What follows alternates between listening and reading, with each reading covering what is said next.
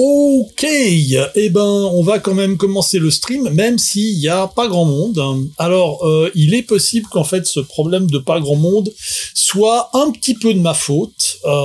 C'est dû à un truc que je viens de bricoler. Alors, normalement, quand vous faites du live stream sur OBS, vous allez avoir la possibilité d'envoyer votre flux vidéo sur un service. Avec certains plugins, vous pouvez le faire sur plusieurs services. Ce que j'avais constaté, par contre, c'est que quand vous faites ça, en fait, quand vous avez envoyé sur plusieurs services, c'est votre connexion Internet qui va envoyer tout le bazar. Et si vous n'avez pas une connexion Internet un peu solide, ça pose un souci. Là, ce que j'ai essayé de faire, c'est d'utiliser un service qui s'appelle Restream.io, qui, comme son nom l'indique, va recevoir un flux de données et va le partager sur plusieurs services. Là, dans le cas présent, deux services, Twitch, qui bouffe le plus de données, et YouTube. Et j'ai réutilisé le système multidiffusion pour rajouter encore PeerTube. Alors là, ça va être un test. On va voir si je peux effectivement arriver sur faire un restream de raisonnablement bonne qualité sur Twitch, sur YouTube et également sur PeerTube. Alors pourquoi sur PeerTube ? Parce que fondamentalement, il n'y a pas grand monde qui regarde à la base. C'est que en fait, PeerTube a cet intérêt d'être une plateforme qui ne dépend pas de grandes machines de guerre comme Twitch ou YouTube. C'est un truc qui est raisonnablement indépendant. Et puis ça m'intéresse aussi de voir comment cette technologie fonctionne. C'est un petit peu différent. Donc là, je sors tout ça pour, à mon avis, très exactement une personne, à savoir Kretsch. Salut à toi. Il y a également une personne sur Twitch. Il est possible que ce soit juste moi. Il est possible aussi que ce soit, pardon, je suis en train de réactiver le face track sur l'autre caméra, que ce soit un habitué de la chaîne qui lurk souvent. Du nom de Imaginos, c'est pas son vrai nom bien évidemment, mais c'est le nom de son blog, et qui est un fan de Tigre Volant j'irai pas de la première heure, mais depuis pas mal de temps quand même. Si c'est bien toi qui es là, salut à toi, tu n'es pas obligé de répondre, je connais ta prudence sur ce sujet. Tac. Si jamais ça tient pas le coup, faut qu'on cause. Je peux mettre à disposition une VM avec une carte graphique sur mon serveur domestique. Ok. Écoute, je garde ça à l'idée. Effectivement, faudrait voir un petit peu comment ça fonctionne. J'ai pas non plus envie. L'idée, c'est aussi, si toi t'es pas dispo, si t'as un problème, j'ai pas non plus envie que tu te sentes obligé de me soutenir là-dessus. Si j'arrive à faire ça avec entre guillemets les moyens du bord et sans devoir dépenser des tonnes de sous, la Restream.io, il est gratuit pour deux rediffusions, deux services. Ça me conviendra très bien. On va voir ce que ça donne. Alors, je regarde un petit peu comment ça passe. À première vue, sur PeerTube, ça a l'air de tourner. Sur YouTube, ça tourne aussi. Et sur Twitch, ça tourne aussi. Alors, il y a probablement des latences qui sont différentes d'une plateforme à l'autre. Donc, si jamais vous ne me voyez pas, alors, surtout les gens qui sont sur PeerTube, s'il y a des gens sur PeerTube, si vous ne me voyez pas répondre tout de suite à vos commentaires, c'est parce que j'ai pas l'accès immédiat. Contrairement à justement YouTube et Twitch, qui en plus apparaissent à l'écran et apparaissent dans OBS, là c'est pas forcément le cas. Voilà, j'aurais d'autres choses à annoncer, mais je pense que je vais les annoncer vers la fin. C'est un petit peu un truc pour vous faire rester jusqu'à la fin du truc. Bon, de toute façon, c'est des choses qui sont un petit peu en avant-première. Je vais les annoncer officiellement quand ça sera officiellement en place et un peu plus solide que ça ne l'est pour le moment. Mais il y a d'autres nouvelles autour de Tigre Volant / Erdorin qui sont en cours. Voilà, alors on va passer à l'autre fenêtre, celle où il y a du texte, et on va repartir sur Word. Bonjour Word. L'accès est autonome dans mon idée, enfin c'est pas le sujet. Écoute, on verra ça. Comme je te dis, je garde ça à l'idée. C'est très sympa d'une part de ta part de le proposer. Effectivement, si à un moment donné, ça fonctionne pas, je garde l'idée là-dessus pour avoir un petit peu comment on peut gérer ça. J'ai une vague idée de ce que tu veux faire. Je suis pas certain comment ça se développe en vrai, mais on verra ça. Voilà, je crois alors. Si mes souvenirs sont bons, on s'était arrêté sur de la volatilité des archives. Alors, il me semble, je sais plus si la légende c'était effectivement Narnia, faut que je vérifie. Et puis on était parti sur C'est la guerre. Voilà. Alors je vais être très franc avec vous. J'ai pas du tout avancé sur le texte. J'aurais voulu le faire et puis il y a plein de trucs qui sont arrivés. Plus le fait que j'ai eu la flemme. Mais voilà, j'ai d'autres projets en cours ces temps-ci. Je vous montrerai ça aussi tout à l'heure. Enfin, c'est partie des trucs dont je vais vous parler, mais il y a encore d'autres trucs à côté. J'accumule un petit peu les projets et je dois essayer de pas me disperser non plus. Voilà. Alors, donc le chapitre C'est la guerre, dès sa création en 1398. Ouais, il y a un truc que je voulais rajouter. Ça, je pense que je vais le rajouter au début. Il me semble pas que c'est dans les différents trucs. Il y a un élément qui en fait est très con quelque part, c'est que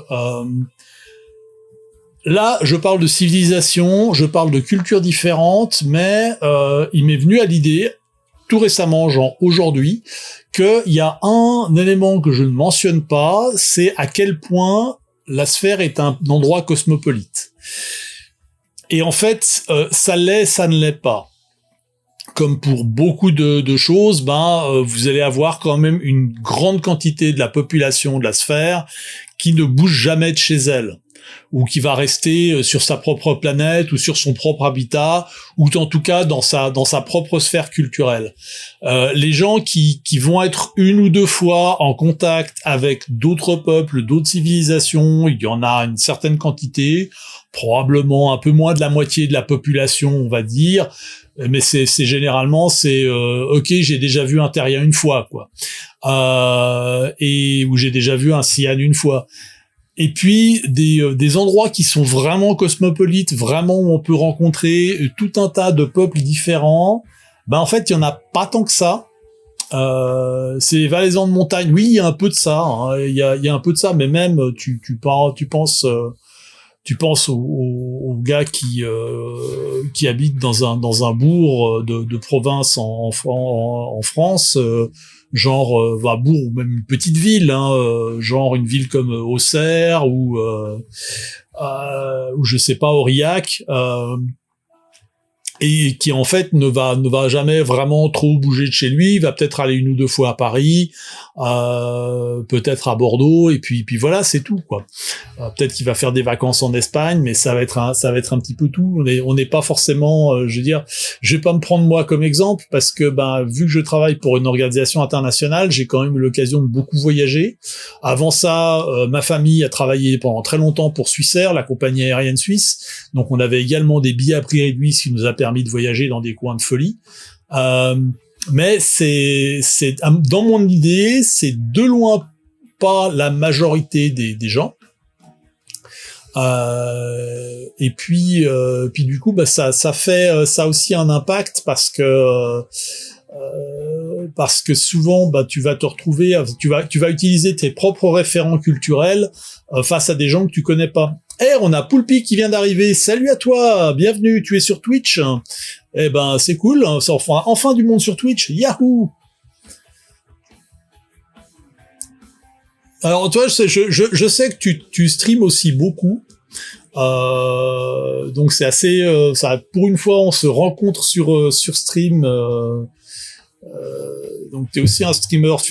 Tu fais plutôt JDR et jeux vidéo, hein. Pour des questions financières ou idéologiques, alors je dirais qu'il y a un peu des deux.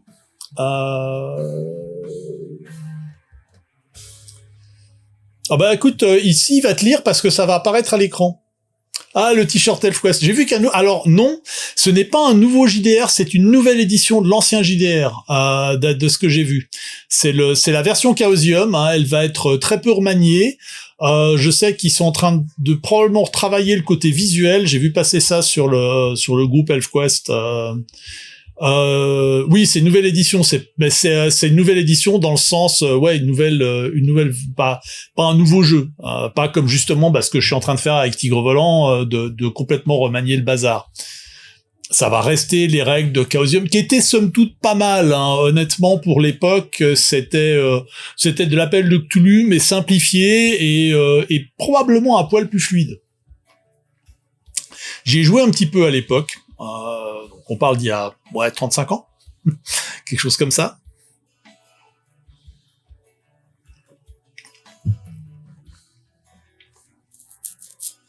Ouais, en même temps, qui jouait à ElfQuest depuis 40 ans, hein. Oui, c'est sympa. Il y a quand même une version française qui est sortie d'ElfQuest.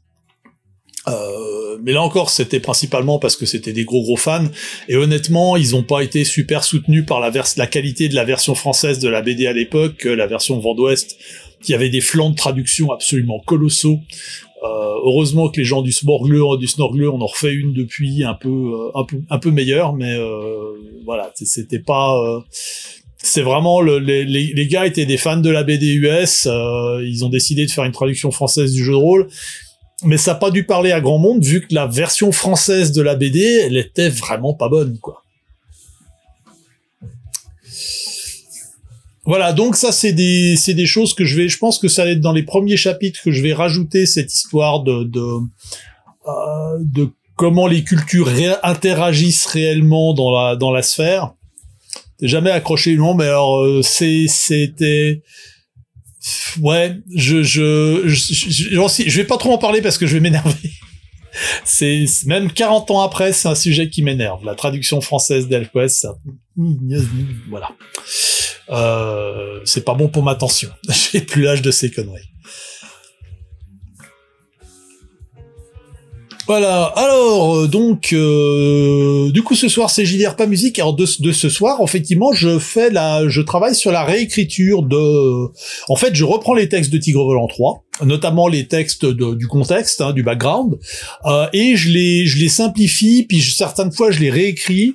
L'idée, c'est de faire donc une nouvelle version du jeu qui s'appellerait Erdorin 2300, et qui serait bien plus courte au niveau du contexte, d'essayer de ne pas noyer les gens dans le contexte. Alors, ça signifie pas que tout le contexte, tout le livre de base de la version 3 va être obsolète, mais simplement que ça va être présenté très différemment, de façon beaucoup plus synthétique. Pas de gros bouquin de 450 pages, non. Pour te donner une idée du format qu'on vise, ça serait un petit peu un format à la Freak Squid, le jeu d'aventure, ou à la Itrasby, donc un format 19-27 plutôt que du A4, et on disgrâce, oui, complètement, là, je viens de brûler ma carte de rôliste. Et puis, donc sur un format du nombre de pages autour, on va dire, de 200-250, pas beaucoup plus que ça. Et d'avoir dans ce livre de base vraiment des informations très synthétiques. Les mécaniques de jeu vont être passablement sabrées. Et puis ensuite d'avoir des sortes de splatbooks de contexte qui se centrent plus sur un contexte donné, et qui là est vraiment des explications sur comment jouer dans cette partie-là de l'univers. Donc d'un petit peu de fragmenter ça dans des morceaux qui soient dans des bouchées beaucoup plus digestibles. Oui, c'est ça, je prends Cthulhu et j'attable. C'est une très brillante idée. J'y penserai. Et par j'y penserai, je veux bien évidemment dire que je vais mettre à la poubelle, je vais cramer tout ça et je vais tâcher de l'oublier le plus vite possible. Et oui, des suppléments de jeux de rôle, hein, c'est dingue ça quand même quand on y pense. Hein. Alors que tout le monde sait que normalement, t'achètes un livre de base et puis c'est tout. Hein.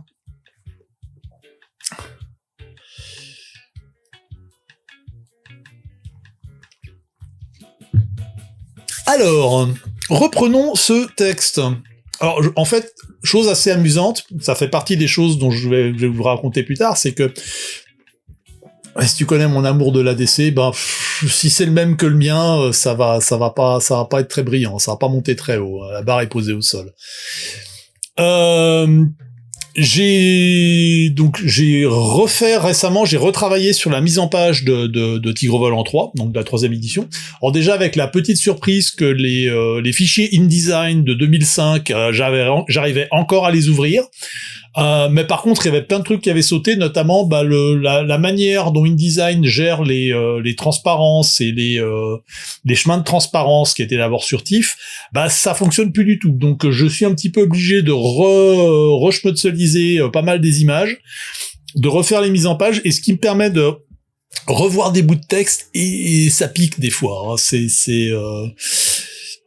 Alors, des fois, auteur de jeux de rôle, c'est un truc qui est super frustrant parce que vous travaillez sur un texte, vous travaillez sur un bouquin, vous avez exactement ce que vous voulez faire. Le temps que ça parte en impression et que ça revienne, que vous ouvriez le bouquin, vous commencez à le lire, et là, paf, immédiatement, vous voyez le truc que vous auriez dû faire et que vous n'avez pas fait. Et alors, soyons clairs, hein, le livre de base de Tigre Volant 3, c'est exactement, au moment où je l'ai envoyé à l'impression, c'est exactement ce que je voulais. J'étais super content, mais dès que j'ai commencé à regarder le produit fini, je me suis dit, non, mais ça va pas, quoi. Il y a des trucs qui coincent, et là, évidemment, 20 ans plus tard, rouvrir le bidule et puis regarder. Alors, c'est ce dont on discutait la semaine passée quand je travaillais sur les fichiers, sur les communications et sur l'informatique. On voyait le truc qui avait été écrit dans les années 2000. Il y a énormément de choses qui tiennent. Il y avait tout un chapitre sur la télévision. Ce qui, maintenant, quand on pense à un truc de science-fiction, ça paraît complètement obsolète. Et puis la question était justement de savoir, comme l'univers d'Erdorine est quand même un univers qui est un petit peu uchronique, vu que techniquement, le XXe siècle s'est arrêté le 25 décembre 1992 par une grosse guerre nucléaire. Oui, la télé quoi, c'est exactement ça. Est-ce que on se permet de dire que, en fait, toute cette période entre 1990 et on va dire 2025, qui a vu énormément de changements au niveau des télécommunications, au niveau des médias, l'arrivée des réseaux sociaux, l'arrivée de Netflix, de tous ces systèmes de diffusion, etc. Ça n'a pas eu lieu. Ou si ça a eu lieu beaucoup plus tard, et peut-être dans un contexte très différent, et donc sous une forme très différente. Et ça va être un petit peu un des trucs qui sera intéressant de voir. J'en ai un petit peu discuté du coup la semaine passée, peut-être la semaine d'avant aussi. Non, ça va être la semaine passée en fait. Parce qu'on on avait fait, je crois, 2 chapitres. Du coup, on avait fait téléphone maison et haute technologie. Et question de temps aussi, donc 3 chapitres. Donc ça devait être effectivement il y a une semaine. Donc voilà, c'est un petit peu retrouver un texte. Je veux dire, les premiers bouts de Tigre Volant, je les ai même écrits, c'était dans les années 80, hein, c'était vers 87, 88. J'entends par bout des qui sont restés sous une forme quelconque dans le livre final. Il y a vraiment pas mal de trucs qui en fait datent d'une période pré-internet. Et ça sent un petit peu au niveau science-fictionnesque du truc. L'éternelle fuite en avant de tenir face à l'évolution de la technologie des jeux. Oui. Et encore le cyberpunk. Alors le cyberpunk a ce côté intéressant, c'est qu'en fait la technologie en tant que technologie n'est pas si importante que ça. C'est vraiment le côté social du truc, de comment cette technologie est utilisée dans la société, qui est assez fascinante, et c'est vraiment le point central du truc, tout le sous-texte social, c'est exactement ça. Et quelque part, c'est un petit peu aussi un des trucs que j'avais réfléchi dans la nouvelle version d'Erdorine, donc de Tigre Volant Erdorine, c'est vraiment d'essayer de mettre l'accent, tout ce qui est, on va dire, équipement, technologie, c'est des trucs qui sont plus intéressants quand ça marche pas que quand ça marche quelque part, et comment c'est utilisé aussi. Pas forcément d'avoir des gros stat blocks qui vont me dire ça fait tel dégât à telle distance avec une pénétration de temps et machin et choses bidules. Ça, c'est des trucs qui sont c'était mignon dans les années 80. Maintenant, c'est quand même un petit peu, j'irais pas jusqu'à dire passer de mode, mais enfin c'est un truc qui moi personnellement m'amuse plus trop. C'est quelque chose que je m'attends plus à voir dans des jeux vidéo qui vont gérer ça de façon beaucoup plus fluide que dans un jeu de rôle où fondamentalement c'est un peu chiant quand même. Il y a des fétichistes qui aiment bien ce genre de truc, mais moi c'est plus trop mon trip. Voilà, donc repartons sur le texte, parce que c'est quand même un petit peu l'idée du truc. Enfin, non, c'est pas que ça l'idée du truc. L'idée de ce stream, c'est un petit peu me motiver à écrire, et me motiver à écrire, c'est aussi, ça passe par des gens, comme vous là, qui êtes spectateurs du truc, qui vont poser des questions sur l'univers. C'est un petit peu un truc qui va m'encourager à écrire. J'ai beaucoup de mal à écrire ces temps-ci. Ce live, c'est un petit peu une méthode une méthode pour me pousser à réécrire. L'avantage des JDR avec Tag qui simplifie les équipements, c'est de pas avoir à se battre avec des stat blocks. Et très exactement, c'est vraiment ça. Et puis c'est aussi une manière de dire par les mécaniques de jeu, voilà, mon jeu, c'est un jeu qui va parler des gens, qui va parler des interactions sociales, qui va pas parler des gros flingues. C'est un truc. Alors, un exemple assez archétypique dont on parle souvent, c'est la première édition de Vampire la Mascarade, le jeu de White Wolf, qui se décrivait comme étant un jeu d'ambiance, un jeu de relations, un jeu machiavélique, etc. Et à côté de ça, il y avait genre 30 pages de combat, 30 pages d'équipement pour meuler les gens. Pourquoi ? Mais en même temps, voilà, c'est un petit peu comme ça qu'on écrivait les jeux de rôle, et je pense qu'il y avait aussi vraiment c'est la fameuse phrase la plus dangereuse du monde, on l'a toujours fait comme ça. Et à l'époque, bah oui, c'était effectivement comme ça qu'on écrivait les jeux de rôle. Je pense qu'on est quand même, ça fait maintenant quand même pas mal de temps qu'on fait des choses autrement. Pas forcément mieux, mais autrement. Et bah, c'est un petit peu là, ce vers quoi j'ai envie de me diriger. Donc, dès sa création en 1398, bon, dès sa création, on n'a pas forcément besoin de redire la date ici. Tac, tac, Mark Reinhagen, il faisait de l'art, monsieur. Bah écoute, ouais, probablement. Bon. Je dois avouer que je suis plus des jeux de cette période, je suis plus Château Falkenstein que Vampire ou Cyberpunk. Alors, en tout cas, c'est lui qui le disait. Oui, bon, je veux dire, c'est ni le premier ni le dernier. Et honnêtement, on peut pas lui donner entièrement tort. Hein. Ça dépend un petit peu de la définition qu'on a de l'art, mais c'est pas complètement déconnant non plus. Après, si tu commences à te la péter façon de l'art, avec où tu sens le circonflexe et la majuscule, oui, bon, ok. Après, c'est toujours un petit peu difficile pour moi d'en parler parce que je soupçonne qu'il y a eu un moment donné où j'ai été un petit peu ce genre de créateur à grande gueule avec un ego surdimensionné. D'ailleurs, la preuve, j'ai cru à un moment donné qu'on pouvait vivre du jeu de rôle.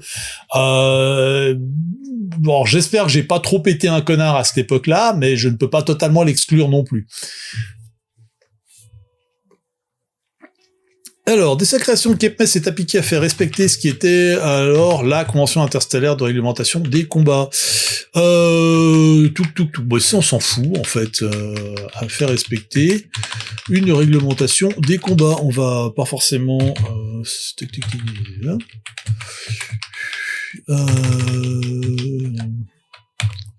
convention revue. Après, je pense en Romaric Briand. Ou alors, si tu veux, je sais qu'on ne dit pas du mal des morges, mais je préfère ne pas me transformer en François Marceau Froideval. On a des anecdotes sur ce sujet qui sont assez parlantes. Après, on peut pas nier non plus que c'est quelqu'un qui a eu quand même un impact non négligeable sur le jeu de rôle en francophonie. Alors, convention revue écologie en droit de la guerre.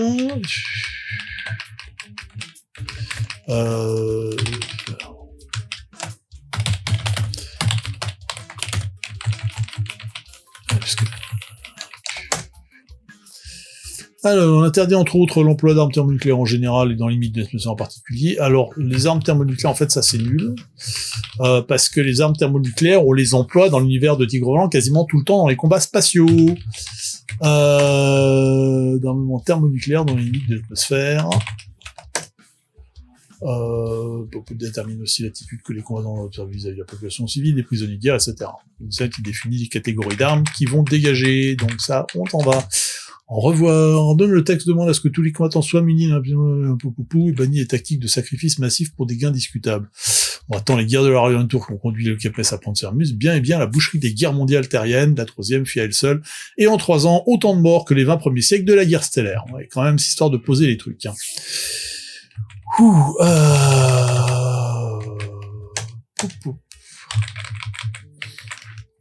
C'est une bonne idée, beaucoup de bonnes idées, une bonne idée, ce n'est pas grand-chose d'autre. C'est-à-dire que le renseignement que la bonne volonté des belligérants et d'autres instruments de rétorsion que des sanctions administratives, toujours est-il que les termes du droit de la guerre sont volontairement sans doute flous. Beaucoup de gens s'accordent avant qu'à penser que ce texte est un monument à l'hypocrisie politique. Et tout sauf l'instrument de paix tant déclamé. Ce n'est pas tout à fait exact, mais il faut reconnaître que d'une part, le Kepmes est souvent fait dépasser par les événements, et que d'autre part, l'éducation a eu un effet pervers, celui de croire que puisque tout est codifié, il n'y a pas de risque d'écart. On ne risque quasiment rien, c'est tout entre militaires. Je veux dire, pour l'idée, on pourrait... Alors... pas forcément... Puis qualifier sa tête, une guerre sera toujours un désastre. Et on va pas forcément... Tac, boum. Bon, donc... Alors, comme je l'avais dit pour le précédent chapitre, j'avais précédemment travaillé sur le chapitre de l'historique. L'idée, c'est pas d'avoir un document final, mais l'idée, c'est d'avoir un document de travail déjà bien élagué. Et en fait, tout le travail sur l'historique, ça m'a permis d'avoir une assez bonne idée de ce que je voulais avoir au final, qui n'était pas forcément le texte que j'avais à ce moment-là, mais au moins ça me donnait un but, ça me donnait une direction, ça me donnait une idée du format que ces chapitres de contexte devraient avoir dans le livre de base final. Après, on n'est pas à l'abri de changements d'idées et de différentes autres choses. Hein. C'est probablement quelque chose qui va évoluer avec le temps aussi. Voilà. Là, il y a Word qui me dit que j'ai tendance à faire des phrases. Hein. Je devais être marin dans une vie antérieure.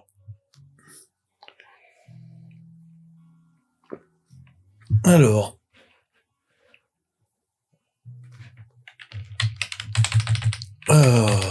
d'accord. Si l'on accepte les aventures bellicistes de la Fédération des Hautes-Terres, les guerres majeures sont pour le moment rares. La mauvaise nouvelle, c'est que les conflits locaux, eux, ne le sont pas. Exemple typique à la frontière, où plusieurs planètes sont encore à l'heure actuelle occupées par la dite Fédération des Hautes-Terres. Pour ne rien arranger, la nouvellement découverte d'Ixter semble elle aussi vouloir y faire son marché, qui en dessert à l'indépendance des Principautés Unies. Ce ne sont pas les seuls endroits où on se frite dans l'allégresse. Un certain nombre de mondes de la sphère sont au bord de la guerre civile et pas forcément du bon côté du bord. Certains des mondes rattachés au GMS sont régulièrement la proie d'explications interguildes du genre à se régler à coups de lance-missiles. Et bien évidemment, la Fédération des Hautes-Terres doit faire face, outre à des Talvarides peu satisfaits de leurs nouveaux voisins, au Rohan Power Force. Bon, ça, on peut... Hop. Ah tiens, marrant, j'avais une... Alors, pop. Oh. Alors je me demande si j'avais déjà mentionné la blague qui était que les Atlani ont tendance à considérer tout ce qui n'est pas une guerre majeure sous le terme incident.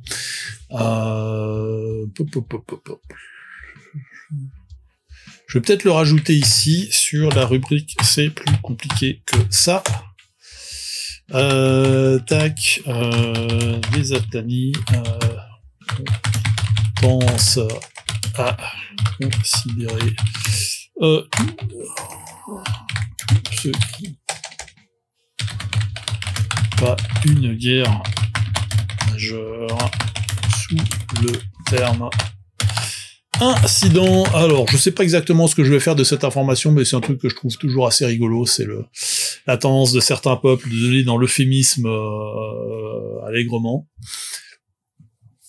Alors, tout ceci pour dire que le métier des armes... Alors, tout ceci pour dire ceci...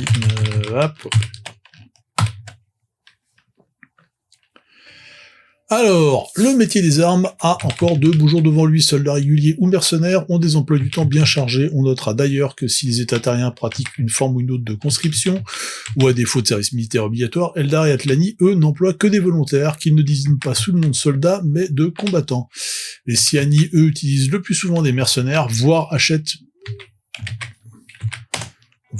des flottes, voire achètent même, ça fait, en fait, voire même, c'est un abominable pléonasme. Alors j'en suis pas à ça près, mais quand même, quand on le sait, en fait c'est le genre de truc qui choque pas parce que c'est quelque chose qu'on a tendance à dire très souvent.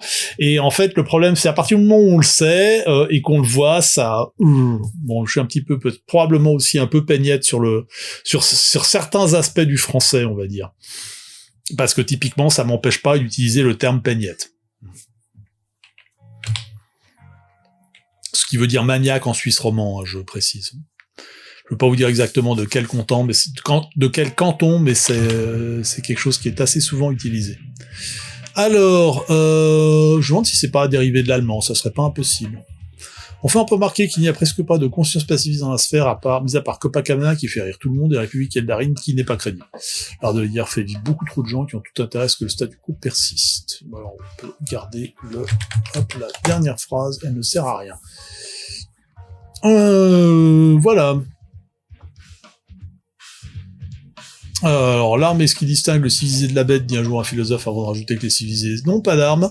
C'est un fait que si on regarde les différentes nations et cultures de la sphère, un peu tout le monde, parmi la population civile s'entend, porte un bidule à caractère, à caractère agressif. Alors, Cyril K, bonjour à toi, bienvenue sur ce stream. Est-ce que tu viens par hasard, genre t'as vu de la lumière, t'as vu un mot-clé qui t'intéressait, t'es monté, ou est-ce que tu connais l'univers de Erdorin / Tigre Volant?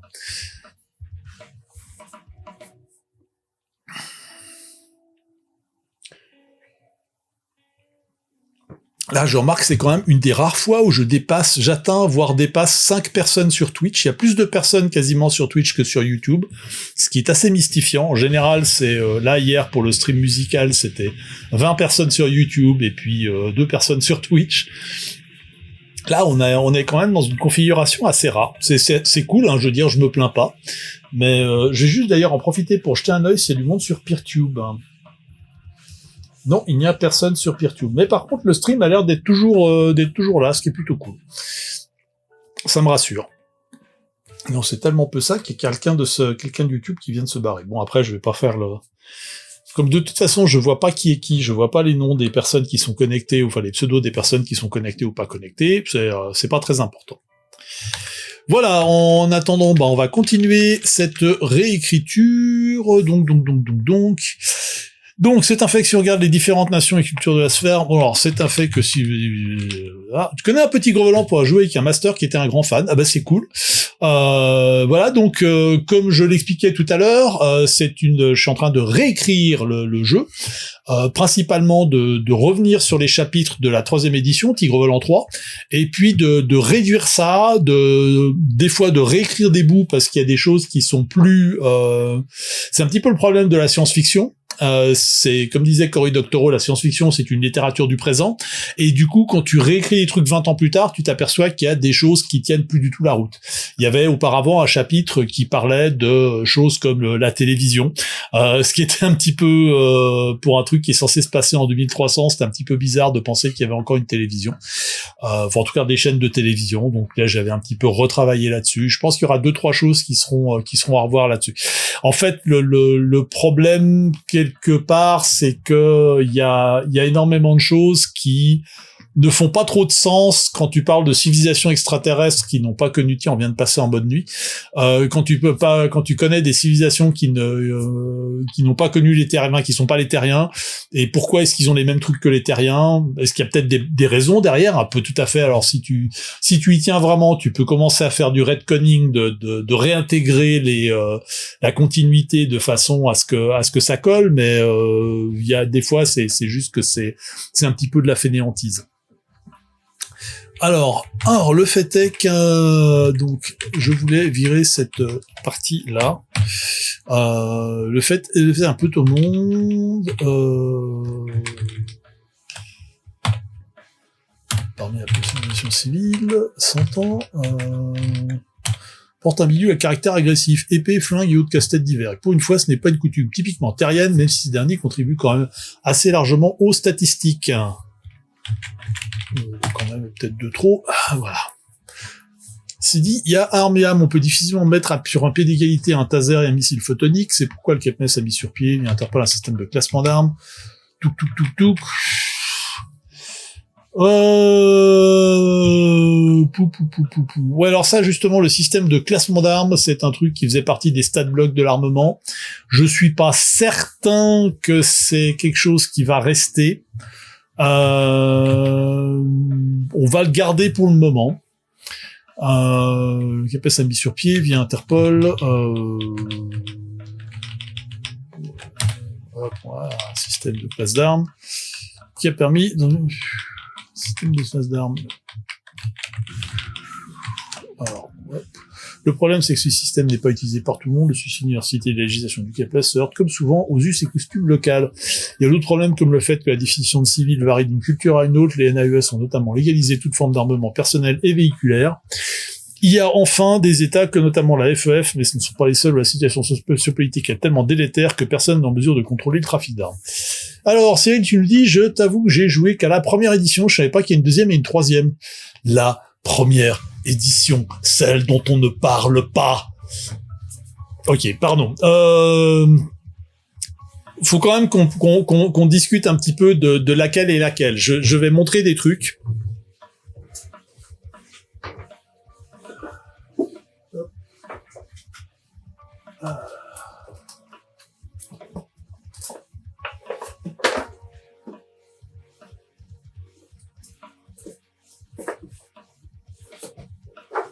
Alors,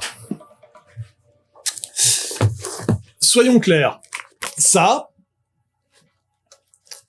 c'est la première édition. Je suis désolé Flo, je suis désolé Poulpi, c'est ma petite action cam. Alors normalement elle est pas censée faire des trucs comme ça. Si ça te rend malade, je peux essayer de la désactiver. Alors voilà, on va désactiver la caméra comme ça, en essayant de garder raisonnablement centré. Alors donc ça c'était la première édition. Ça c'est la deuxième édition.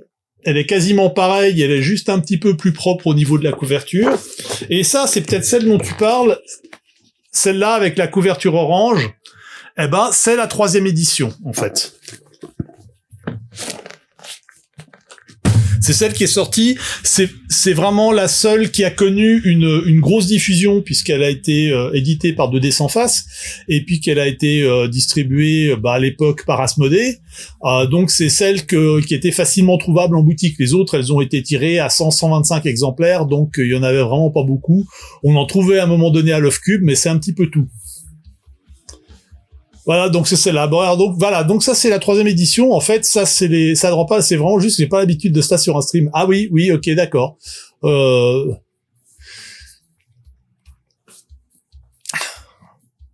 C'est juste qu'en fait ça me permet, l'avantage de cette caméra c'est que c'est aussi une caméra qui filme verticalement et du coup pour le setup c'est quand même bon, si j'ai toujours eu ta troisième aide quelque part, bah oui, c'est...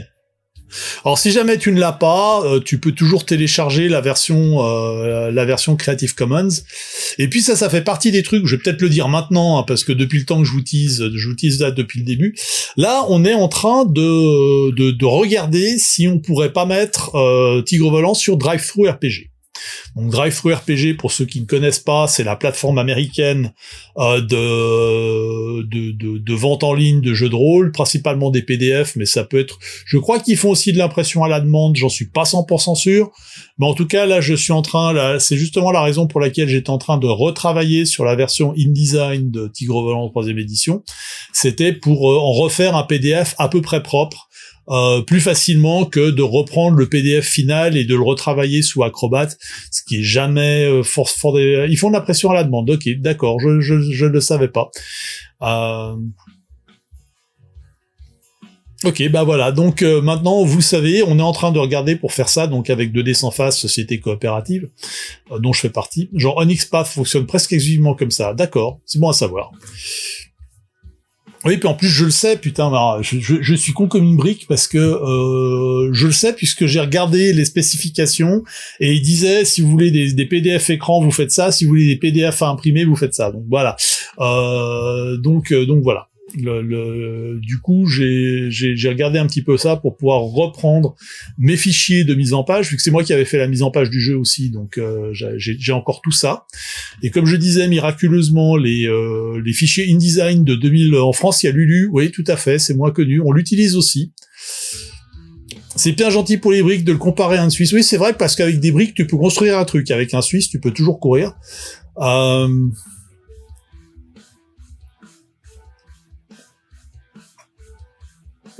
Tu peux financer la construction, si t'es très gentil, ou très riche, mais construire des trucs, non, ça t'y arrive pas. Voilà. Donc là, fait l'état, notamment la FEF, ouais, je pense que ça reste encore un truc un petit peu long, il va falloir un petit peu... Alors la situation réelle, donc là, sur Terre, les NAUS ont une législation qui autorise l'utilisation plus de 19 ans à posséder une arme. Dans certains coins, c'est carrément une invitation. L'armement qui est disponible inclut des armes militaires, pas de première fraîcheur, mais qui font balle, pas de dernière fraîcheur.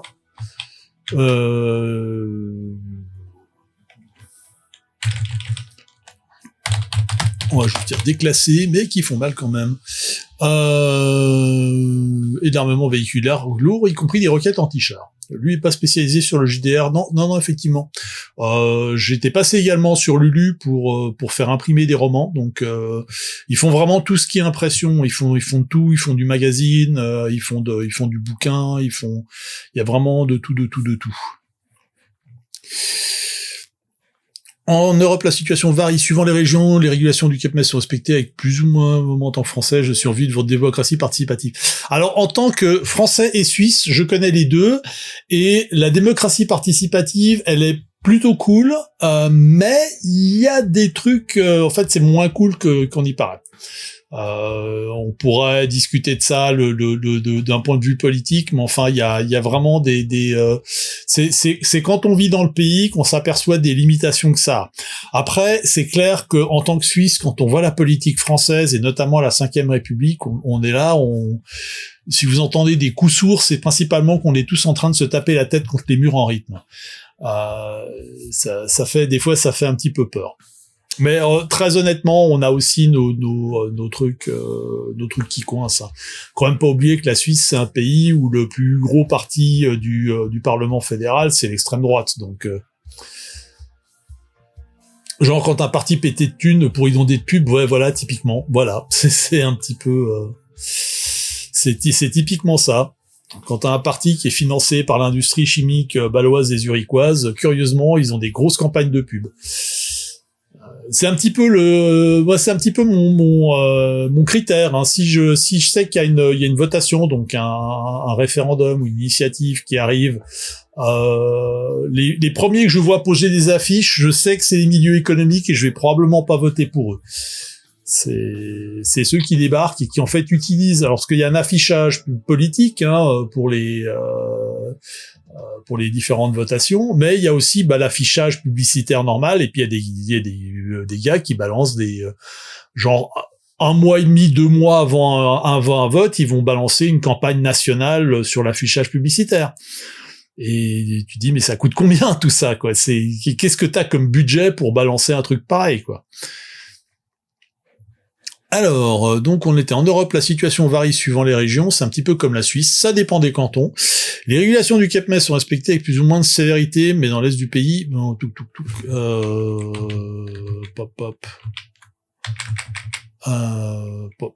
je suis pas sûr que ça soit tout ça nécessaire. Dans l'est du pays, beaucoup de civils se retrouvent aussi avec des armes militaires, sous couvert de mobilisation des miliciens populaires auxiliaires. La situation est similaire en Israël avec deux facteurs mitigeants.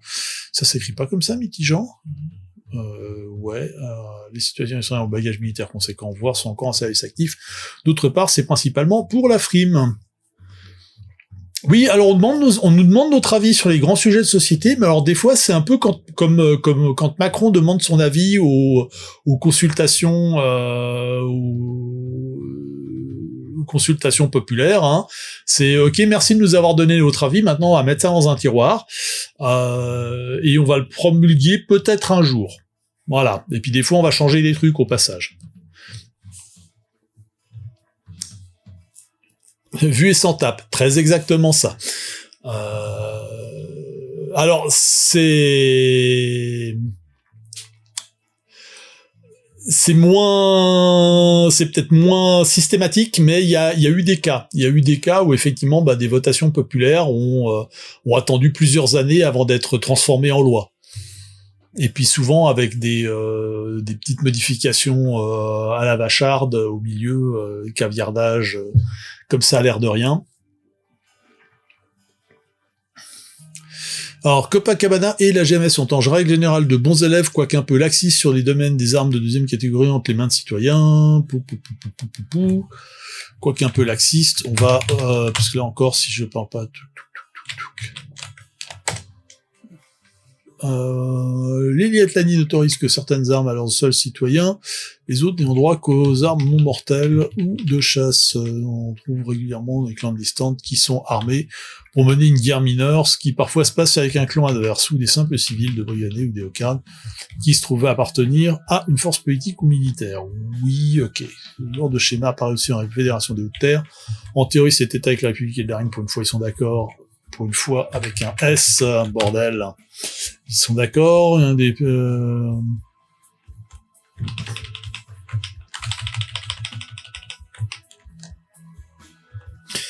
Alors là, on va... Hop.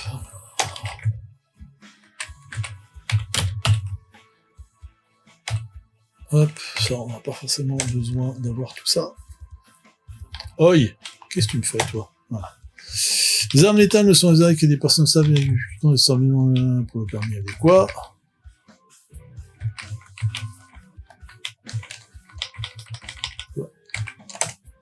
Dans les faits, il y a là encore... Il y a beaucoup de soldats ou de soldats en guette, d'anciens militaires qui sont partis avec quelques souvenirs envers lesquels les autorités se montrent très compréhensives. On peut simplement banni putain plus puissante qu'un lance-dard, elles sont en fait des armes de combat rapprochées réservées aux citoyens eldarines. Boum.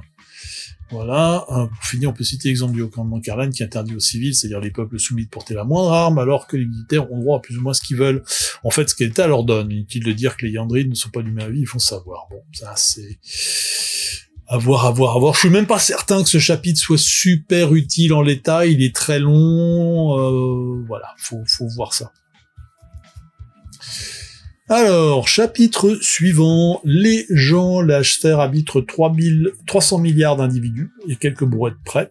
Ces habitants représentent 3 races majeures, les anthropomorphes, les Siani, les Telvarides, et partagent une caractéristique, la sapience. La définition est très complexe, elle dépend de différents facteurs biologiques, comportementaux et sociaux, et est décrite de façon assez floue. Le terme couvre la notion de conscience, de raison. En bref, se distingue l'homme de la bête et plus seulement l'homme d'ailleurs, et c'est bien là qu'est le problème. Je pense que cette partie-là sert un peu à rien. C'est en plus ça c'est des fois il y a des éléments là-dedans où quand je les relis avec 20 ans d'écart, je m'aperçois qu'il y a des trucs qui sont super cringe, quoi. C'est j'ai pas envie de les renier parce que c'est quand même des choses que j'ai écrites, mais les concepts derrière, j'ai pas envie de laisser ça comme ça non plus. Il y a quand même un certain nombre de réflexions au niveau social qui ont été faites ces 20-25 dernières années, qui font qu'il y a un certain nombre de thèmes qui sont dans ces chapitres qui doivent être vus parce que franchement c'est pas, ou en tout cas expliqués, parce qu'il y a peut-être simplement c'est peut-être des sociétés qui font des trucs qui sont considérés comme vraiment dégueulasses, mais c'est comme ça que eux se perçoivent, et faut expliquer, pas forcément excuser.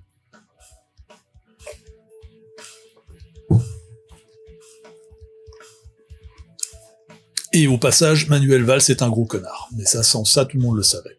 Alors, pour un certain nombre de concepts universels, le terme humanité n'est plus politiquement et surtout techniquement correct. Pour les Siganites, on tend à se réganer quand on parle de concept universel. Il est même complètement ridicule. Du coup, c'est Sapiens qui a pris le relais. Et on parle de crime contre la sapience, de droit des sapiens, etc. Commission scientifique du CAPMES, rattachée depuis peu au corps exploratoire et chargée de régler les éventuels cas de sapience. Curieusement, elle se réunit bien plus souvent qu'il ne semble nécessaire, notamment un certain nombre d'animaux autochtones ont été classés dans une catégorie de semi-sapiens, ce qui leur donne des droits étendus par rapport à ceux de simples animaux, entre autres, on ne chasse pas, c'est le cas des dauphins par exemple. Alors là encore, c'est super intéressant parce que de par mon boulot, je travaille pour une organisation internationale religieuse, mais qui a quand même pas mal d'activités dans le domaine humanitaire, dans le domaine des droits humains, dans le domaine des droits autochtones aussi. Et un truc qui est en train de popper déjà depuis pas mal de temps, notamment au niveau des droits autochtones, c'est de donner des droits à des éléments naturels. Par exemple, des rivières. On a ça en Amérique centrale notamment. Il y a certaines rivières qui ont été contaminées par des mines qui se trouvaient en amont. Et donc là, on parle de vraiment notre monde à nous, en 2025, même déjà depuis pas mal de temps. L'idée que les rivières, les forêts puissent avoir, les montagnes puissent avoir des droits, c'est quelque chose qui est d'ailleurs pas mal en adéquation avec les modes de pensée des peuples autochtones. Et c'est quelque chose qui est en train de se développer. J'avais vu ça d'ailleurs développé dans un roman de science-fiction dont maintenant le nom m'échappe. Mais j'avais vu passer ce truc-là, ils avaient rajouté des éléments là-dessus. C'était un bouquin qui était assez intéressant. Je vais essayer de vous retrouver le titre. Je sais que je dois pas l'avoir très très loin parce que j'avais mentionné ça également avec... est-ce que ça serait dans référence? Non. Probablement dans notes. C'était des choses que j'avais transmise à Axel pour son jeu Singularité, pour lui donner un petit peu des idées, des inspirations pour le contexte. Et c'était Stealing Worlds de Karl Schroeder, oui, tout à fait. Il y avait deux trois trucs intéressants, l'idée d'avoir de l'IA omniprésente, surtout d'avoir une économie mondiale contrôlée par des IA rationnels, et l'idée c'était dans le contexte de l'histoire, ils vont créer des IA pour gérer l'environnement de façon tout aussi rationnelle. Donc droit des terres, droit des rivières, droit des animaux, etc. Et puis l'autre élément qui était super intéressant, mais qui là colle pas tout à fait avec le monde d'Erdorine, c'est qu'il y avait des jeux en réalité augmentée qui donnaient une surcouche virtuelle à la réalité, qui était utilisée pour des fins ludiques, mais aussi pour des choses plus sérieuses, comme par exemple pour échapper à la surveillance globale, créer des boutiques à leur départ virtuelles, mais qui des fois deviennent des boutiques réelles. C'était vraiment, il y avait pas mal de réflexions qui étaient super intéressantes. Le bouquin en lui-même était pas top, mais deux trois de ses idées étaient vraiment bien foutues. Voilà, donc ça c'est peut-être des trucs. Je vais peut-être rajouter un c'est plus compliqué que ça, histoire de pouvoir mentionner le fait que il existe aussi des droits appliqués à des entités non vivantes. Voilà, des entités des entités telles que parce que il faut dire qu'une la forêt est une entité non vivante, non, ça colle pas, telles que des forêts, des rivières, voire des planètes entières. Voilà, ça, je me le garde comme note comme ça ici. C'est quelque chose que je développerai sans doute dans le chapitre un petit peu plus tard. Je pense qu'il y a quelque chose à faire là-dedans qui peut être un petit peu sympa. Alors, d'élite pas comme nous, personne n'a le monopole de la bêtise, ainsi le racisme et autres discriminations basées sur une différence physique n'est pas une seule habitude uniquement terrienne, le plus souvent né d'une peur ou de problèmes immédiats. Le racisme est une maladie chronique et endémique, elle revient de temps en temps et certaines régions y sont plus susceptibles que d'autres. Sur Terre, le passé colonial des nations du Nord a laissé pas mal de traces. La Troisième Guerre mondiale a eu un effet unificateur sur les différents types humains, survivants. Elle a aussi engendré de nouveaux boucs émissaires comme les mutants, puis les Highlanders, et enfin les extraterrestres souvent diabolisés. Le reste reste de la sphère n'y échappe pas non plus. 3 millénaires de guerre ont rendu les Eldar extrêmement méfiants vers les Karlan. On notera cependant que des planètes partiellement envahies par les Karlan, comme Orianil, sur lequel il y a d'ailleurs une population Karlan non négligeable, sont paradoxalement moins racistes que des mondes relativement épargnés. Alors, c'est intéressant, mais je suis pas certain que ça ajoute quoi que ce soit. Puisqu'on en parle, ces mêmes Karlan, non contents de mépriser les non-Karlan, d'imposer une structure hiérarchique à leur société, ont souvent l'ethnie Arkepta ni toute appartenance sociale, alors qu'on génère l'ethnie Ariandri qui leur rend bien d'ailleurs. Talvarid ont parfois un peu de mal à ne pas considérer les singes sans poils, c'est-à-dire anthropomorphes moyens, comme un quartier de vente sur pattes. Et enfin, les Siani considèrent le reste de la sapience du terme dédaigneux de mammifères sans œufs ou radiateurs. Parce que c'est des animaux à sang froid, donc enfin c'est des peuples à sang froid. Donc voilà. Donc, mais là encore, c'est probablement un chapitre qui méritera d'être remanié par la suite de façon un peu plus sérieuse que ça. Parce que c'est un petit peu traité par-dessus la jambe, on va dire.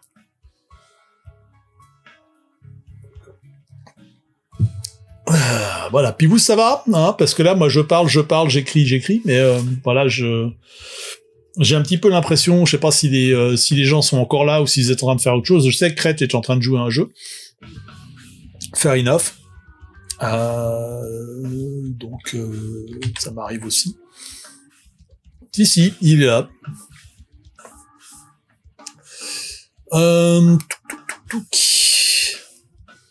Si vous voyez des trucs qui vous choquent ou qui vous interpellent, faut pas hésiter à me donner des idées, à me donner des conseils. Voilà, c'est pas interdit. Hein, c'est pas que mon jeu. Et Bastien Lopez qui vient d'arriver. Bonsoir à toi. Bastien qui est tu bosses sur ton hebdomadaire demain soir, d'accord. Mais en fait, je devais faire le live musical, je devais le faire demain, et j'ai décalé à mercredi parce que c'est le 1er août, donc c'est la fête nationale suisse, et en général ça signifie bière et saucisse avec la famille, donc voilà. Juste pas trop de choses pertinentes pour le moment. Bah écoute, pas de souci. Pas de souci. J'espère juste ne pas avoir trop perdu les gens. Alors, chapitre et la santé, ça va. Les différents peuples de la sphère ont des approches différentes sur les questions de la santé, mais presque tous y voient plus une question sociale que personnelle. La médecine a suffisamment évolué pour qu'il n'y reste que très peu de tares congénitales ou de maladies mortelles ou débilitantes qui puissent être soignées à un niveau ou à un autre. Notamment certains handicaps mentaux sont encore difficiles à traiter s'ils ne sont pas dépistés à temps. Il reste que souvent l'accès à la santé est une question de revenus. Si les soins de base sont garantis pour une large majorité de la population, les techniques de pointe restent chères. Ok, là, ça rien ne change vraiment. Encore que, ouais, il y aurait peut-être des choses à dire. 1er août, vous fêtez quel événement suisse? Alors, officiellement, on fête le pacte de 1291, qui est une alliance entre 3 cantons centraux en Suisse, donc autour de ce qu'on appelle le lac des 4 cantons. Là, à l'époque, il y en avait que 3. Uri, Schwyz et Unterwald. Alors maintenant, le truc qui est rigolo, c'est qu'on a le document en question. Il a été préservé. On l'appelle le pacte de 1291. En fait, c'est pas un pacte.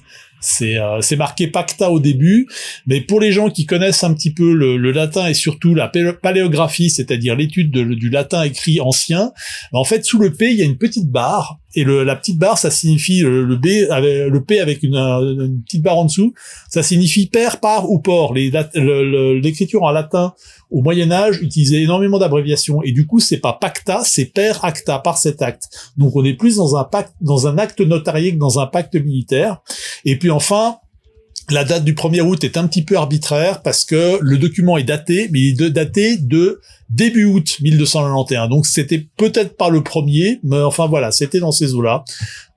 Et c'est la raison officielle pour le 1er août comme fête nationale. Kaiser Spike, bonsoir à toi, bienvenue sur ce stream. Il me semble que c'est la première fois que je te vois apparaître en tout cas dans les commentaires. Alors, bienvenue. Est-ce que tu connais l'univers dont on parle ici, qui est donc l'univers de Tigre Volant et Erdorin? Oui, alors, petite précision, ici on est dans un stream jeu de rôle, écriture, et pas le stream musical, qui normalement a lieu le vendredi, mais là, cette semaine, justement pour cause de fête nationale, a eu lieu mercredi, donc hier. Ouf, ça fait soif.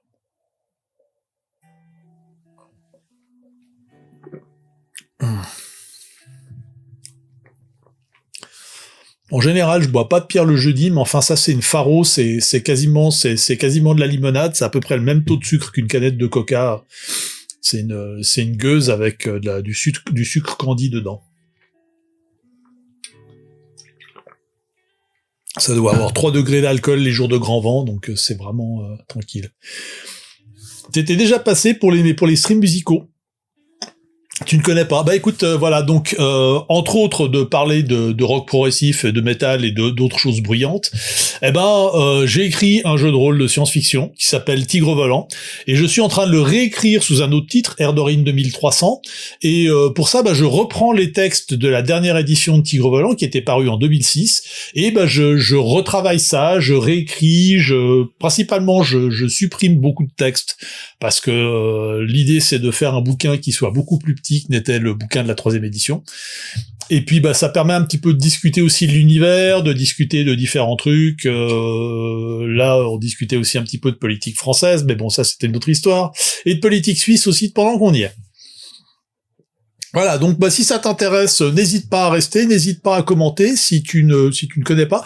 Alors je vais peut-être ajouter un truc, tiens, on va mettre ça dans les 2 streams. Je vais mettre le lien vers le site de alors bien sûr, tu vas pas le mettre comme ça, toi, hein. C'est malin. Je vais devoir le mettre ici parce que OBS gère super mal le copier-coller. C'est un petit peu une catastrophe de ce point de vue-là. On est ici. On est sur Twitch. Je vais le mettre également sur Twitch, hein, dans le chat de Twitch. Je vais aussi profiter pour vérifier ce qui se passe sur PeerTube. Alors, il y a personne sur PeerTube comme d'habitude, mais au moins je vais le mettre aussi dans le truc. Et parce que donc là, ce stream, je le diffuse sur YouTube, sur Twitch, mais également, j'ai commencé à le faire également sur PeerTube, qui est une plateforme... En fait, c'est pas vraiment une plateforme, c'est un petit peu plus compliqué que ça. C'est un protocole de diffusion de vidéos qui fonctionne un petit peu sur du peer-to-peer. Et l'idée, c'est un petit peu comme les systèmes comme Mastodon, c'est-à-dire c'est des systèmes qui sont décentralisés et fédérés. Et du coup, il y a des instances dans lesquelles on peut publier des vidéos, et puis ces instances sont souvent liées entre elles. Donc on peut être sur une instance, mais faire une recherche et trouver des vidéos qui sont sur une autre instance, par exemple. Donc c'est une technologie qui est assez intéressante, c'est une alternative. Je vais nous parler de Mastodon et puis de Linux. Non, ça Linux non. J'avais vu d'ailleurs sur Mastodon, une blague qui était très très rigolote, qui est le hacker qui dit nous avons pu vous espionner grâce à votre webcam, et l'utilisateur de Linux qui fait vous avez réussi à la faire fonctionner, cool. C'était une blague. Évidemment, faire des blagues en live stream quand il y a genre 2 secondes de décalage, c'est pas top. Mais bon.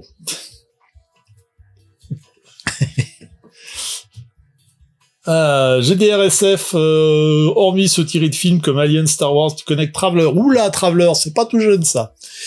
Ah là là. Ça date, c'est quoi, 77, je crois, la première édition de Traveler, quelque chose comme ça.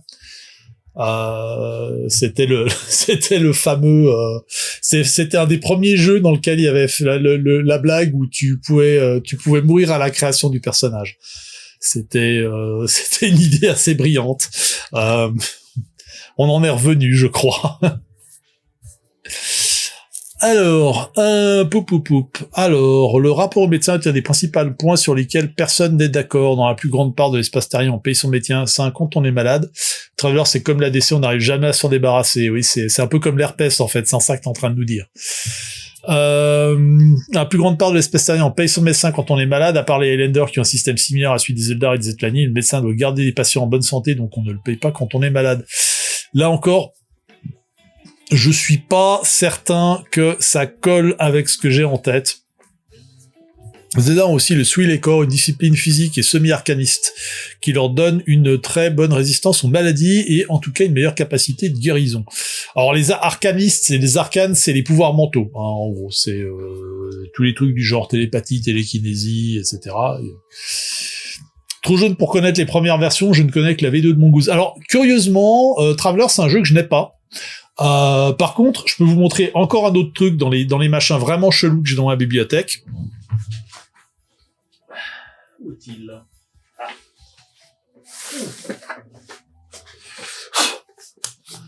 Je vous présente Tigre Volant 0.1.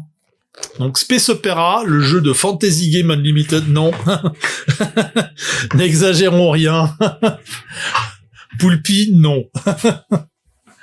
Gameplay théorique. Ah oui, mais Traveler, ils sont encore en train de ressortir des trucs maintenant, hein. C'est hyper impressionnant.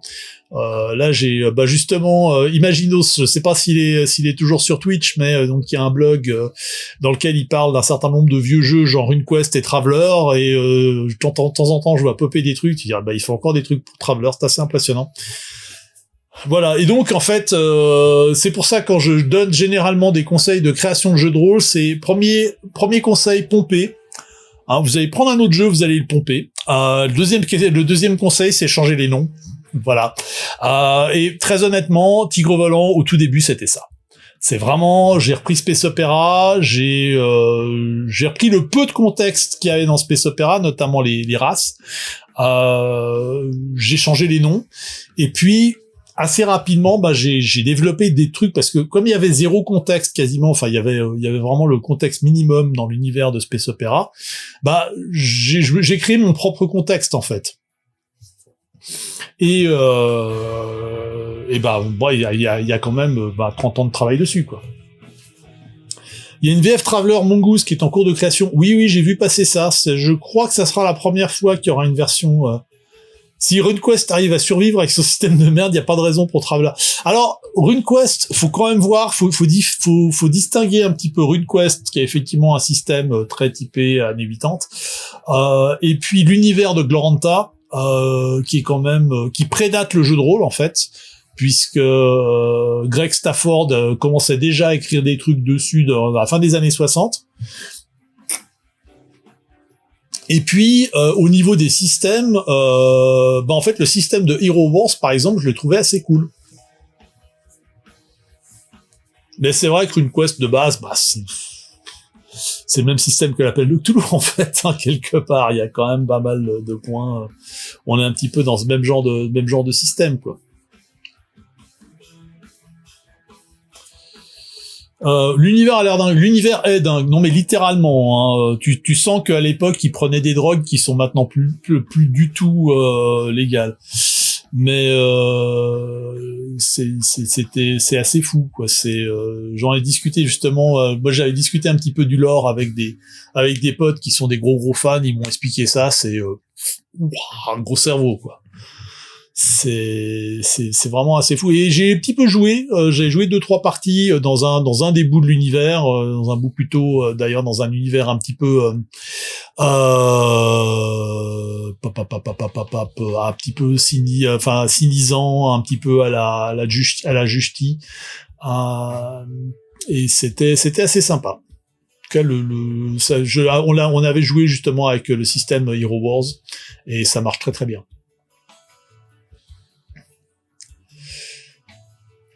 Le système alors si j'étais méchant, je dirais que le système Chaosium a bien vieilli parce qu'il était déjà vieux d'origine. Ça peut pas vieillir quoi, ça à ce niveau-là, tu sais. S'il vieillit, il est mort, hein. Je veux dire, il y a pas trop à voir. Mais disons que par rapport, Alors, faut revoir un petit peu dans l'époque, hein. Dans les années, quand j'ai commencé le jeu de rôle en 82, on avait grosso modo le choix entre AD&D et Chaosium. Et le système Chaosium, il avait quand même super moderne, en fait, par rapport au système de Donjons et Dragons.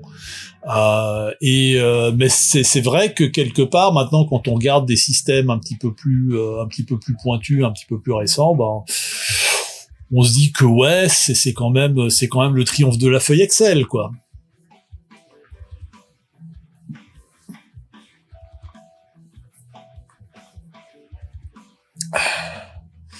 Alors, donc, 300 compétences, tellement mieux que des poids rouges. Bah, oui, ouais, ok, si tu veux. Mais je peux pas en dire complètement du mal, parce que, très honnêtement, si tu te souviens du système de Tigre Volant 3e édition, tu regardes la feuille de personnage, bah t'as vraiment beaucoup de points communs. Enfin, c'est encore pire avec la 2e édition, qui avait aussi le système des 20 et des pourcents, des 20 pour les compétences, enfin pour les caractéristiques et des 100 pour les compétences. On était vraiment dans des trucs très très similaires, hein. Donc je peux pas non plus dire qu'il n'y a pas eu une énorme influence sur la manière dont je faisais les jeux à l'époque. T'as aucun souvenir du système. D'accord. Bah écoute, c'est peut-être mieux pour ça. C'est peut-être ton cerveau est en train de dire un message.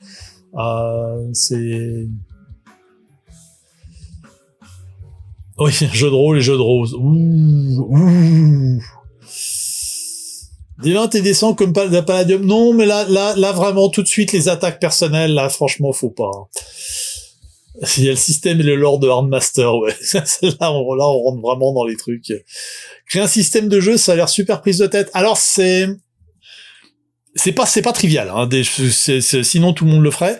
Moi je dirais que j'ai pas une grande expérience là-dedans. Généralement je laisse mon collègue Antoine Beugly, qui est un grand spécialiste, il a lu 1 milliard de jeux, donc il s'y connaît bien plus que moi dans tous les différents systèmes de jeux qui existent. C'est lui qui a en grande partie réécrit le système de Tigre Volant tel qu'il existe maintenant, le système Erdorin, Love Inside, qui est pas encore complètement finalisé, mais qui a déjà des bonnes bases. Et c'est lui que, quand on avait travaillé sur Freakswheel, le jeu d'aventure, c'est lui qui avait écrit les mécaniques de jeu, tandis que moi je me chargeais du côté univers. Motorisé en Savage World. Alors Savage World, j'ai des très mauvais souvenirs de ce jeu, parce que j'avais lu la première édition, et j'avais appelé ça René la Brogante RPG, parce que t'avais besoin de tous les dés types possibles, t'avais besoin de jetons, t'avais des chablons, t'avais des figurines, t'avais un poudriette, un porte-avions nucléaire, enfin vraiment t'avais besoin d'un milliard de trucs. Bon, alors tous les habitants n'a pas de la random dans Handmaster qui ont des noms toute la ville modélisés. Oui, mais alors ça c'est assez typique de certains jeux de l'époque qui étaient et les cartes. Ah oui, les cartes, j'avais oublié les cartes. Aïe aïe aïe. La douleur. Mais ouais, ça c'était. Ouais, alors je peux comprendre que c'est un système générique parce que t'as tout dedans, donc oui, tu peux simuler ce que tu veux, quoi. Mais ouais, j'ai pas. Alors le problème des systèmes, voilà, moi j'ai aussi tendance à dire que les systèmes génériques, ça fait des jeux génériques. Ça a pas changé. Bah, je suis complètement rassuré là. Tu me vois complètement rassuré là-dessus. Alors après les cartes, il y a peut avoir un intérêt à avoir des cartes. Alors genre par exemple d'avoir des cartes dans Deadlands, c'est complètement raccord parce que c'est dans l'univers. Un autre jeu qui est un de mes jeux préférés, qui est Château Falkenstein. Château Falkenstein, ils ont carrément fait une mécanique de jeu intradiégétique, c'est-à-dire qui est dans l'univers. Le jeu auquel on joue, c'est le même jeu auquel jouent les personnes dans le monde de Château Falkenstein. Non, on peut pas parler du système Rollmaster. Il ne faut pas si tu dis 3 fois système Rollmaster, il va apparaître, hein. Il va te manger la tête et il va recracher des D20. Ça va être terrible. Non, c'est des D100 Rollmaster, c'est juste. Mais voilà. Et la blague dans Château Falkenstein, c'est quand tout le livre de base est en fait raconté du point de vue d'un gars de notre époque, enfin de l'époque à laquelle le jeu a été écrit, c'est-à-dire fin des années 80, qui est rôliste et qui se retrouve donc catapulté dans un espèce de monde victorien fantastique avec de la magie, des fées, tout un bazar. Et voilà, quand il explique le jeu de rôle et qu'il dit que ça joue avec des dés, bah tous les gens le regardent super de travers, c'est le faux pas de l'année. Falkenstein 94 peut-être en français, mais en anglais, je crois qu'il est plus ancien que ça. Après, si t'as le grog sous la main, tu peux peut-être vérifier. Et donc justement, quand il en parle à ses amis, les amis en question, c'est le prince de Galles, Napoléon III, le roi de Bavière, enfin, il t'a vérifié, d'accord. Ouais, c'est marrant, moi je le voyais plus tôt que ça, mais effectivement, déjà quand même, milieu des années 90, c'est un jeu qui est qui était hyper en avance sur son temps, c'était assez fou. Et donc du coup, ils utilisent des cartes de bridge. Donc quand tu joues à Château Falkenstein, tu vas utiliser des cartes de bridge au lieu d'utiliser des dés. Mais il y a une variante pour utiliser des dés qui a été suggérée par les milieux criminels, les prolétaires. Je me demande si c'est pas Karl Marx lui-même qui a envoyé une lettre à l'auteur du jeu pour lui dire que voilà, ça serait bien de mettre des dés. 94 en anglais, 95 en français. D'accord, ok. Tu vois, moi je le voyais bien avant, donc. Mais ça reste, voilà, c'est quand même 30 ans, le jeu qui a été écrit à 30 ans et qui reste encore complètement d'actualité pour être un exemple d'avoir une mécanique de jeu qui est complètement intégrée dans son univers. C'est un vrai bonheur. Et même de façon générale, la façon dont le jeu est présenté, si vous n'avez pas lu en anglais, ça va être difficile. Par contre, en français, il y a une version française qui est ressortie il y a quelques années par une traduction française par Limpin Marteau. Ils ont fait un super boulot. Vraiment, le bouquin, il est irréprochable. Je dirais peut-être les pages sont un peu légères. Oui, c'est Pan Smith, le créateur de Château Falkenstein, tout à fait. C'est le même gars que Cyberpunk. Il était venu à Genève pour une convention et j'étais super vexé parce que c'était un jour où je pouvais pas être là, le week-end. C'est le week-end où j'étais pas là. Ils ont fait une convention à Genève avec Mike Pondsmith qui était venu et qui a fait des parties je crois qu'il a fait une partie de Château Falkenstein d'ailleurs. Et là j'étais un peu vert de rage parce que j'ai pas pu le voir. Et voilà.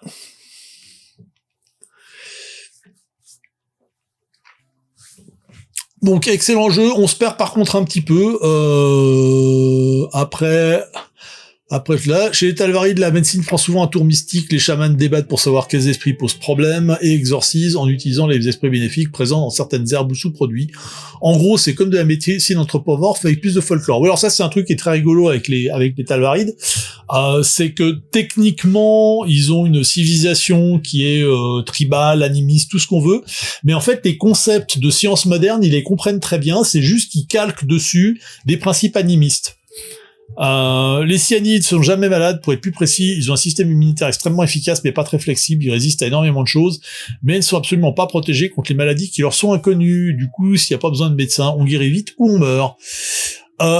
Pour les Carlan, la bonne santé des troupes est un devoir, être médecin est donc un poste à très haute responsabilité et très exposé. Alors là, non. Alors je pense qu'il demande une virgule ici. Voilà. Évidemment, dans une société multiculturelle, multiraciale, interstellaire, et on voyage pas mal, le spectre d'une pandémie majeure figure en bonne place au rang des cauchemars des dirigeants du Kepmes, et avant eux, ceux de l'Arlorien Tour. La sphère a d'ailleurs connu son lot d'épidémies majeures à base de virus mutants sautant d'une espèce à l'autre. Fort heureusement, l'épidémiologie et la science médicale ont fait de gros progrès, et ont appris des erreurs passées. Ça, vous voyez, c'est no shit Sherlock, quoi. Alors, avant eux, l'Arlorien Tour, on s'en fiche. Un petit peu le truc dont je me suis rendu compte, c'est que en fait, la manière dont je l'avais écrite était un petit peu une façon d'écrire comme un historien, ce qui est un petit peu normal vu que j'ai une formation d'historien à la base. Mais du coup, il y a énormément de trucs qui font sens pour moi d'un point de vue historique, mais en fait, le joueur moyen n'en a un peu rien à foutre. Et c'est aussi une des raisons pour laquelle j'élague pas mal de trucs qui sont sur, en tout cas dans ce chapitre-là, qui sont sur des bases historiques. C'est parce qu'en fait, c'est pas très intéressant de savoir comment ça a évolué sur 10 000 ans. Ce qui va intéresser les gens, c'est que peut-être comment ça évoluer sur 200 ans, parce que peut-être qu'il va y avoir dans les personnages des Eldar qui sont nés il y a 150, 200 ans. Donc eux peut-être ont peut-être un intérêt là-dedans, mais les Terriens qui sont nés il y a 25, 30 ans, bah ils s'en tapent un peu. Donc l'idée c'est aussi un petit peu de revoir le contenu du contexte sous cet angle-là. Qu'est-ce qui est immédiatement utile à des joueurs / des personnages qui commencent le jeu en 2301. Hop.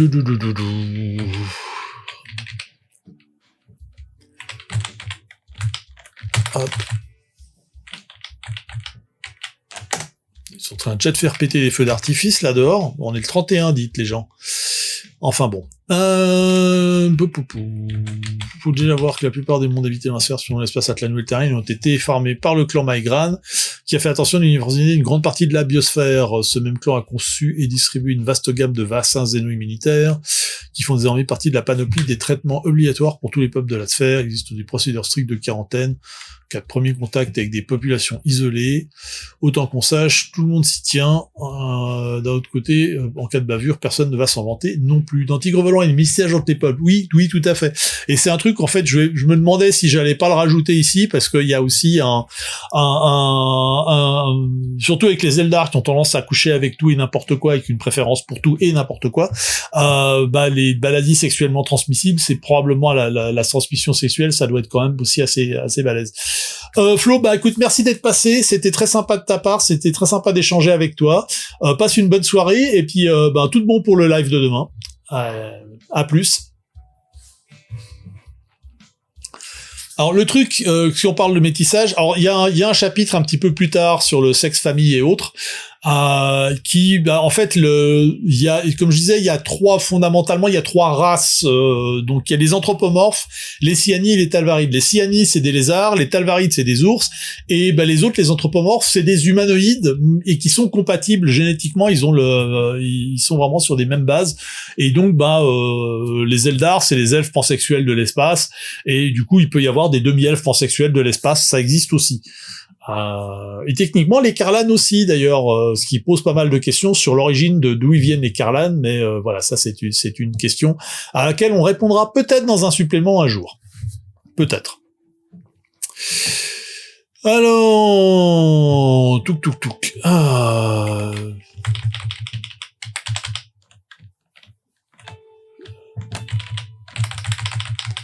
Alors, notamment avec des populations isolées. Ça, on n'a pas forcément besoin. Sachez qu'il y a régulièrement des cas d'épidémie majeure, toujours plusieurs...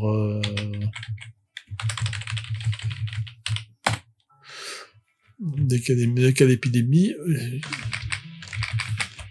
Il y a des cas d'épidémie, touchant plusieurs sur les multiples mondes, sans pas me parler des épizooties ou des maladies qui touchent les cultures.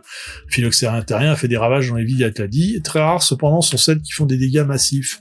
Le Capmes dispose avec la Trarouge d'un outil très efficace pour lutter contre ce genre. La menace des armes bactériologiques, elles ont été développées par les deux camps pour la Première Guerre mondiale, et depuis, personne n'a renoncé à leur développement, ne serait-ce que pour avoir des moyens de prévention et de soins. Cependant, depuis leur interdiction par le Capmes, personne n'en a jamais utilisé à grande échelle. Ok. Ça, c'est peut-être des trucs que j'aurais dû rajouter dans le droit de la guerre, parce que je parle des, je parle des guerres nucléaires ici.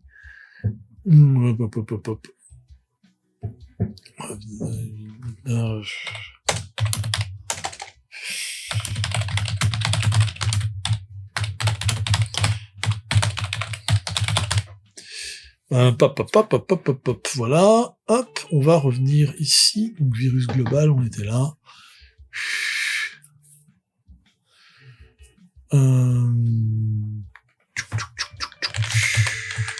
Voilà.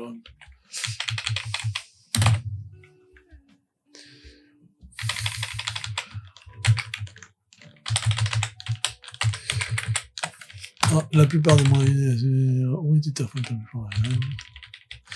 C'est une clan conçu distribue une vaste gamme de...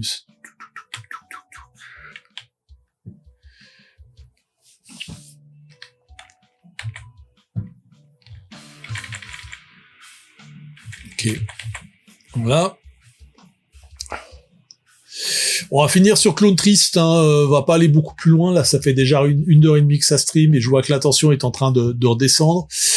Un des grands développements de médecine est le clonage thérapeutique qui peut être utilisé pour reproduire des membres ou des organes abîmés ou pour le plus fortuné d'obtenir un corps de remplacement. Maintenant, je vois légal un peu partout, le clonage n'entraîne pas moins une vigoureuse polémique éthique ou religieuse dans son sillage. La grande question, à laquelle n'est bien évidemment pas en 42, ça serait trop facile. Et bien évidemment, quid de l'âme, du clone. Si vous voulez mon avis, il faut encore quelques lignes franches rigolades avant de trouver la réponse. Bon.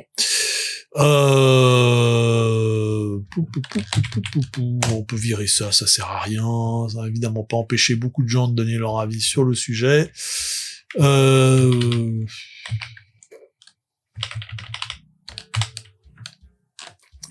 Tac.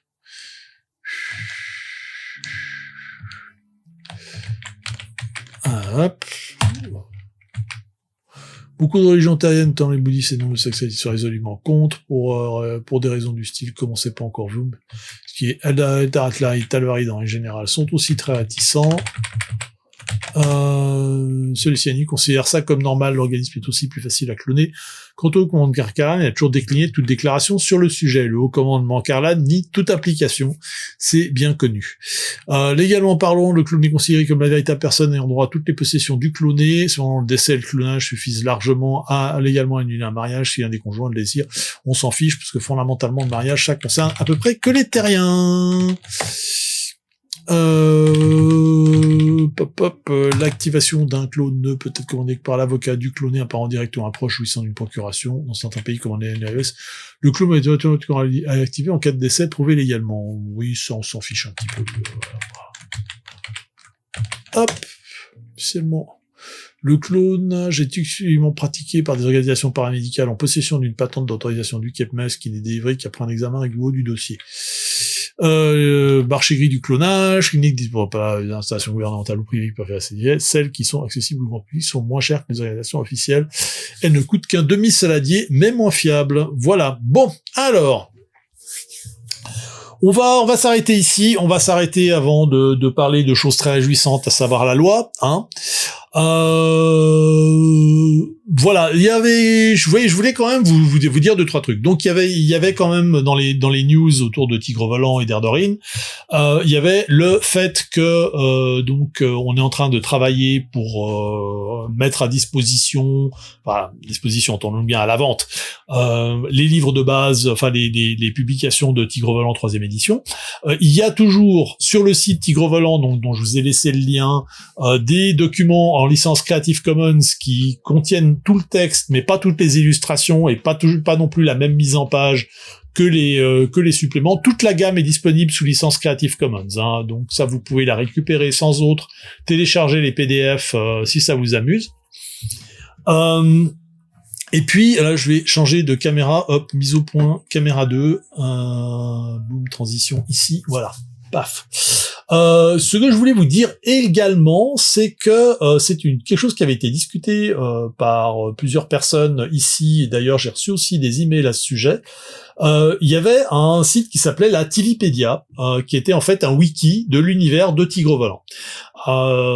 Ce site est tombé pour un certain nombre de fois pour un certain nombre de raisons. Là, la dernière fois en date, c'est que j'ai été massivement attaqué par des spammers qui ont rempli les pages de trucs commerciaux. C'était un gros cauchemar. Et puis, du coup, j'ai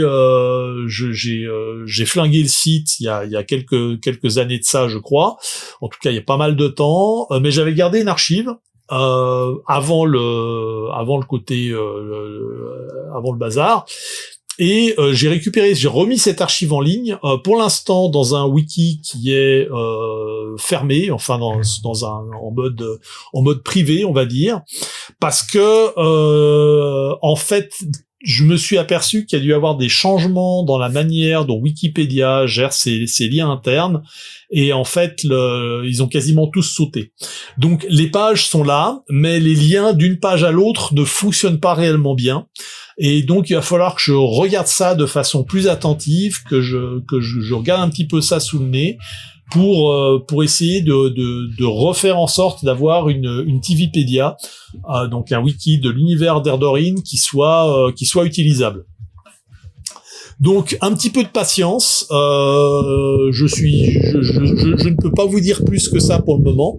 J'essaie de réorienter mon micro de façon à ce qu'on m'entende un petit peu mieux, parce que j'ai l'impression que le micro était à 30 km. J'espère qu'au moins, en tout cas, vous m'entendez bien. Je sais que de toute façon, je vais récupérer l'enregistrement. Là. Je viens d'apercevoir que j'ai oublié d'appuyer sur le bouton enregistrement d'OBS. Donc, j'espère que je vais pouvoir récupérer l'enregistrement via Twitch.